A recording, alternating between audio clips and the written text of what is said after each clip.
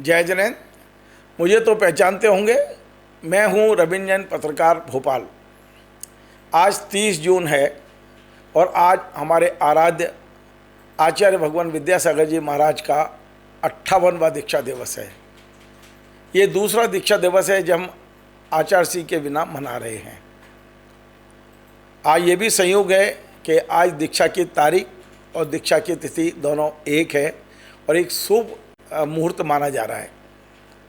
मैं आचार्य श्री के तमाम भक्तों को शुभकामनाएं देता हूं और आचार्य भगवान के चरणों में नमोस्तु करता हूं। बंधुओं, पिछले 3-4 दिन से मैं बहुत व्यस्त था।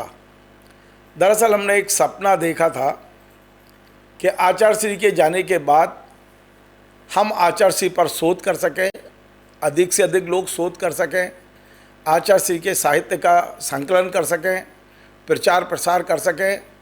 तो इसके लिए भोपाल में एक आचार्य विद्यासागर शोध संस्थान बनाया जाना चाहिए। पिछली बार जब हम आचार्य श्री की जयंती भोपाल में मना रहे थे तो भोपाल के लोकप्रिय और लाडले सांसद आलोक शर्मा जी ने मुझसे कहा था कि रविंद्र भाई, आप आगे बढ़ो, मैं तुम्हारे साथ हूँ। तो मैंने प्रयास किया और भोपाल के एक दानवीर परिवार श्री नरेंद्र जैन वंदना मेरे अग्रज हैं और मुनि भक्त हैं। उन्होंने ये कहा था कि हमारी नई कॉलोनी में 20,000 स्क्वायर फीट जगह आपको इस कार्य के लिए हम देने को तैयार हैं।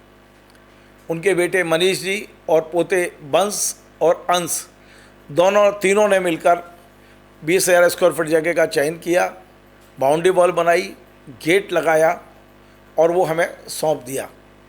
कल आचार्य श्री के दीक्षा दिवस की पूर्व संध्या पर हमने वहाँ कार्यक्रम किया था भूमि पूजन का। माननीय आलोक शर्मा जी मेरे साथ थे। पूरे भोपाल नगर के तमाम सारे जो श्रेष्ठी गण हैं वो इस आयोजन में आए थे।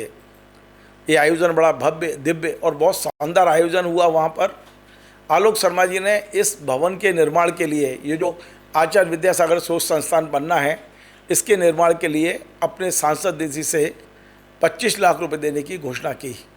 हमें और छोटी मोटी दान राशियों की घोषणा हुई है, तो करीब 35 से 40 लाख रुपए के आसपास हमारे पास होंगे।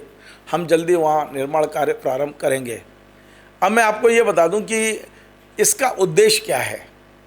हम चाहते हैं कि आचार्य श्री के एक एक शब्द का, उनके त्याग का, तपस्या का, उनके भाव का, हर चीज़ पे शोध होना चाहिए। उनका सोच जो था ना वो बड़ा विराट था।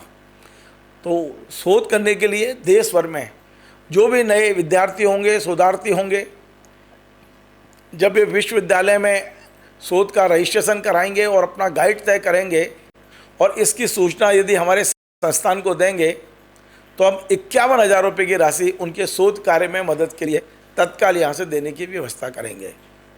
इसके अलावा हमें जो स्थान मिला है वहाँ हम एक छोटा सा मीटिंग हॉल बना रहे हैं जहाँ विद्वान लोग बैठ के बात कर सकें, चर्चा कर सकें।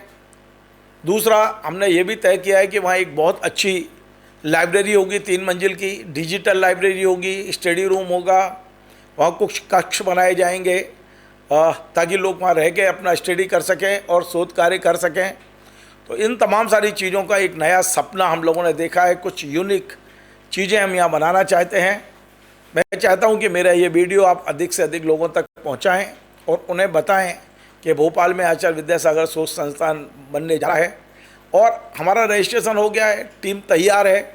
आज भी यदि कोई आवेदन हमको हमारे पास आता है तो हम उन्हें मदद करने के लिए तैयार हैं। उन्हें पुस्तकें भी देंगे।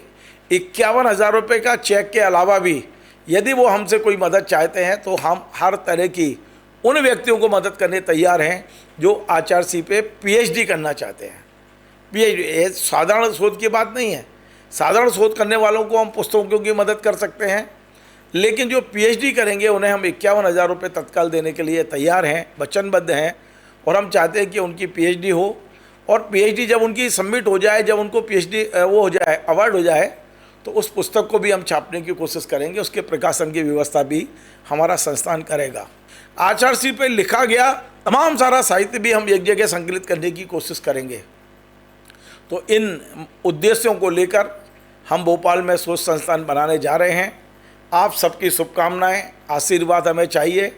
हम 7 लोगों की टीम है, काम बड़ा है, लेकिन काम चूँकि बहुत शुभ है, अच्छा काम है, यूनिक है, तो जिस तरह का पूरे भोपाल का प्रेम हमको मिला है, हम चाहते हैं पूरे प्रदेश का, पूरे मुनि संघ का, पूरे देश का स्नेह यदि हमें मिलेगा तो ये संस्थान देश के उच्च और शानदार संस्थानों में से एक होगा।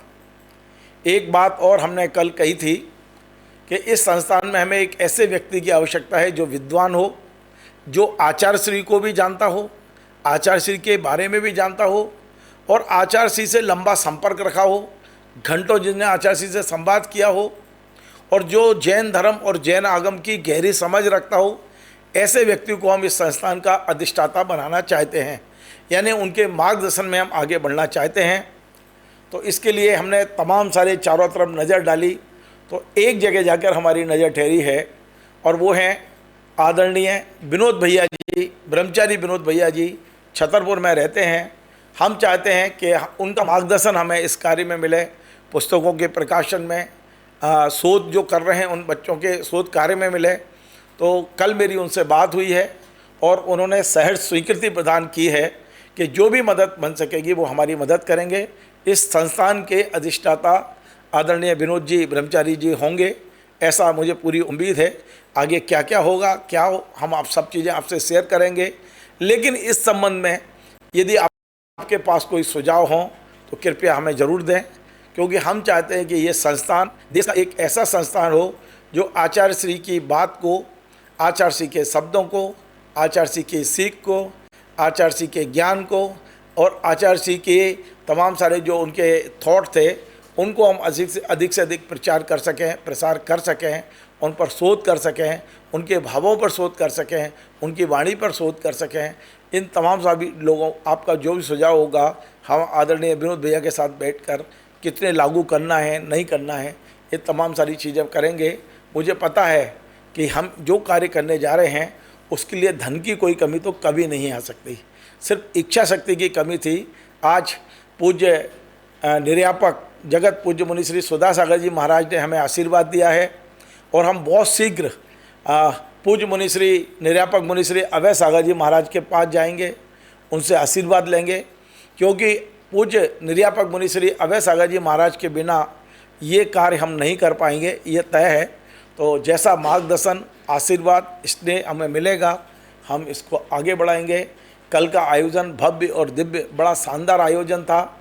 कल के आयोजन में जस्टिस अभय गोयल जी, IAS अधिकारी सुरेश जी, भोपाल के अध्यक्ष आदरणीय मनोज बाघा जी, पूर्व अध्यक्ष प्रमोद हिमांशु जी, पूर्व अध्यक्ष पंकज जी सहित भोपाल के मंदिरों के तमाम अध्यक्ष, मेडिकल कॉलेज भोपाल के तमाम पदाधिकारी और विभिन्न संस्थाओं से जुड़े बहुत से लोग वहाँ थे। जैसे भोपाल में हमारे जो देवेंद्र जी रुचि प्रिंटर्स जो इस समय मंदिर के कोषाध्यक्ष हैं, नया नवीन मंदिर बन रहा है, बहुत से लोग, संतोष जी मोदी, ऐसे बहुत से लोग कल थे, कैलाश सिंघई जी वहाँ थे कल। तो ऐसे कई लोगों ने हमें आशीर्वाद दिया है, हमें शुभकामनाएं दी है और हमारी पीठ पे हाथ रखा है। तो हमें उम्मीद है कि हम इस कार्य में सफल होंगे। आपकी सबकी शुभकामनाएं और सुझाव आमंत्रित हैं। आपको मेरा ये कार्यक्रम पसंद आए, आप इसे शेयर करें, लाइक करें, कमेंट करें और इस कार्यक्रम को आगे इसलिए पहुंचाएं कि जो भी आचार्य पे PhD करना चाहते हैं वो हमसे संपर्क जरूर करें। आज पहली बार हमारे इस कार्यक्रम में मेरे नाम के नीचे मेरा मोबाइल नंबर भी मिलेगा, ताकि यदि कोई मुझसे संपर्क करना चाहे तो संपर्क कर सकते हैं।